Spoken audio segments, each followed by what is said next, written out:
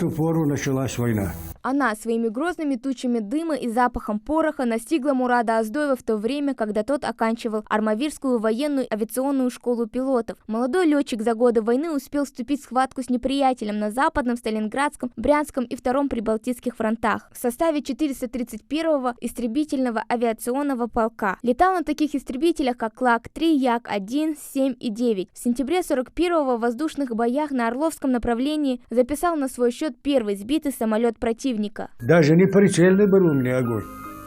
Открыл огонь, один загорелся. Но с одним я... Вот книги «Летчики на войне» Чечельницкого. Там 14 июля записано: сбил 2 вражеских самолетов. Вот эти 2 самолета, и они, я как сейчас помню, где они оба упали. За годы войны Мурат Оздоев совершил 248 боевых вылетов и лично сбил 8 самолетов противника. В январе 44-го при прикрытии штурмовки железнодорожной станции Маево Псковской области истребитель Оздоева подбили зенитным снарядом. Летчик не растерялся и направил самолет на эшелоны врага, а сам успел выпрыгнуть с парашютом. 8 месяцев был в плену, сбили этот самолет. Он выпрыгнул из самолета, был ранен, его забрали в концлагерь, он в Чехословакии концлагерь был. 2 побега у него с концлагеря.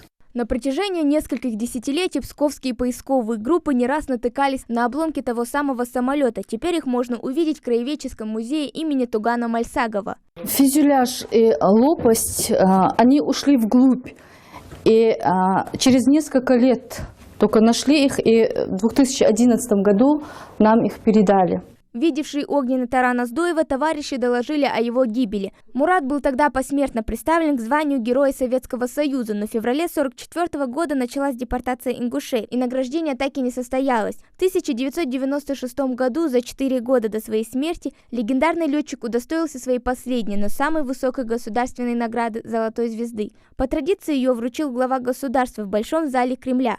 Уже дома Героя России чествовали всей республикой. За мужество и героизм, проявленные в борьбе с немецко-фашистскими захватчиками в Великой Отечественной войне 1941-1945 года, присвоить воинское звание Героя Российской Федерации Оздоеву Мурату Ахмедовичу, младшему лейтенанту в отставке.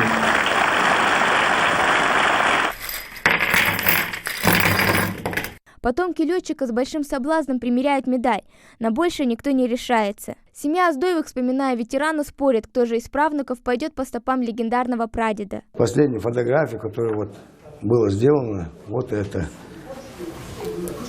До последнего оставался мужчиной. В шествии бессмертного полка в Насыркорте портрет Мурада Оздоева мелькал в первых рядах. Его пронес внук ветерана Заурбек Оздоев. Штендер с портретом он хранил целый год, чтобы вновь примкнуть к шествию. Радовался, прям радовался, когда шел даже, когда каждый шаг делал, чувствовал, что это мой дедушка, что это так надо, что это каждый год надо и повторять, чтобы не забывать их. И никогда их, они будут всегда в наших сердцах, и мы никогда в жизни их не забудем. А это вторая Назрановская школа. Здесь когда-то учился Мурат Оздоев. С 2006 года образовательное учреждение носит имя славного героя, а в преддверии годовщины Великой Победы в школе открыли памятник. Сегодня же легендарному летчику, ветерану Великой Отечественной войны, исполнилось бы 98 лет. Он ушел из жизни в 1999 году, оставив о себе не только светлую память, а наказ и пример для других – беречь самое дорогое в жизни каждого – Родину. Хава Гагиева, Новости 24.